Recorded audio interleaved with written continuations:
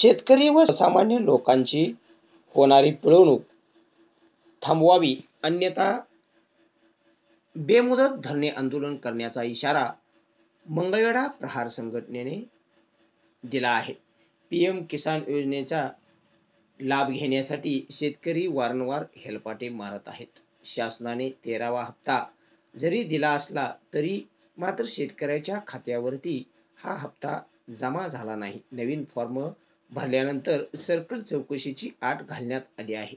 त्यामुळे वारंवार हेलपाटे मारावे लागत आहेत. ही आट रद्द करावी अशी मागणी प्रहार संघटनेने केली आहे. तसेच वयोवृद्ध व्यक्तींचा रेशन दुकानामध्ये ठसा उमटत नसल्यामुळेही त्यांना वारंवार मिळणाऱ्या धान्यापासून वंचित राहावे लागत आहे.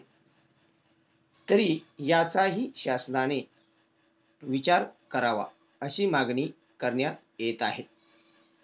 या मागण्यासाठी मंगळवेढा जनशक्ती पक्षाचे संपर्क प्रमुख तानाजी माने, तालुकाध्यक्ष राजकुमार स्वामी, महिला प्रमुख सारिका कवचाळे, उपाध्यक्ष चेतन वाघमोडे, नवनाथ शिरसटकर, बापू घोडके, सुभाष सरगर, अजित ठाकरे, गणेश मोठ्या संख्येने उपस्थित होते.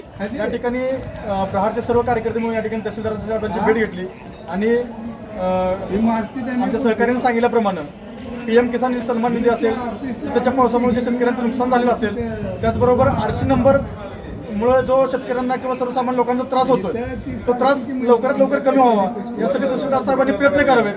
याचबरोबर वयोवृद्ध जे लोक आहेत ज्यांचं वय 70-75 वर्षाच्या पुढे रेशन कार्डावरती त्यांचं एकटंच नाव असेल किंवा नवरा बायको दोघं असतील वयोवृद्ध, अशा लोकांना रेशन मिळत नाही. कारण का वयोवृद्धामुळे त्यांच्या हातावरचे चिप्स असतील, पायाचे चिप्स असतील ते सध्या आता कमी झालेत किंवा ते निघून गेलेत, त्यामुळे त्यांना रेशन मिळत नाही. माझी तहसीलदारांना विनंती आहे की अशा लोकांची सोय त्यांनी करावी जेणेकरून त्यांना कुठल्याही प्रकारचा त्रास होणार नाही. आज वयोवृद्ध असल्यामुळे त्यांना चालता येत नाही आणि अशा काळामध्ये त्यांनी रेशन दुकानदाराकडे जाऊन हेल्पट मारण्यापेक्षा रेशन दुकानदाराला त्यांनी सांगावं की तुझ्या पद्धतीने कशा पद्धतीने त्यांना मार्ग काढता येईल तो मार्ग काढून त्या लोकांना त्रास होणार नाही अशा प्रकारची सोय त्यांनी करावी. ह्या सर्व मागण्या येत्या 15 दिवसांमध्ये पूर्ण कराव्यात अशी या ठिकाणी मागणी करतो.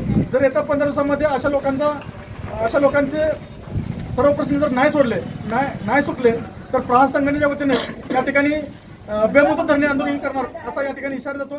जय हिंद, जय प्रहार.